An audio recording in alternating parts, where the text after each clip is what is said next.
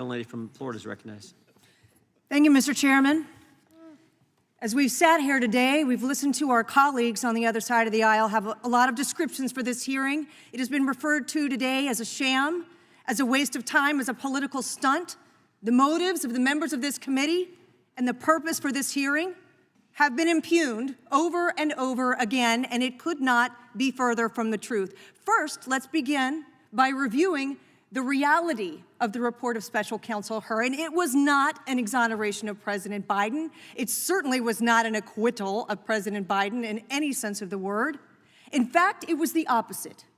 That report presented evidence, presented conclusions that not only did President Biden possess classified documents that he was not lawfully entitled to have, that he handled them carelessly, that he shared them with others who were not entitled to understand or see or be aware of the contents of those documents. It did not conclude that President Biden acted properly. In fact, it concluded the opposite, that President Biden acted in a way over and over and over again that is contrary to our law, reckless, and contrary to the interests of our national security. What did the special counsel conclude instead?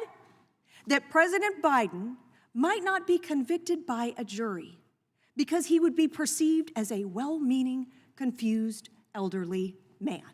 That is the conclusion of Special Counsel Hur. Not that there wasn't wrongdoing, but that a jury might be so taken by the confusion of a well-meaning elderly man that it would choose not to convict. And so what brings us here?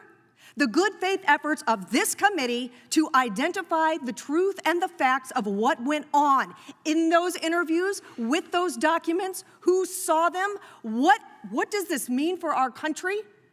What risk has been posed to us because a president of the United States chose not to handle these documents correctly?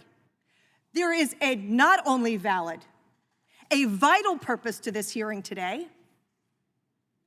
Moreover, when we serve a subpoena, we're just looking for compliance.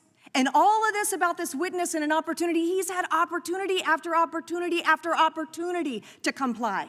And so now we have a report in front of us that recommends a finding of contempt, and as we should. Not only should we find him in contempt, that we should be unanimous about the fact that there has been a lack of compliance, and contempt in this circumstance is warranted. And with that, Mr. Chairman, I yield to the gentleman from North Carolina.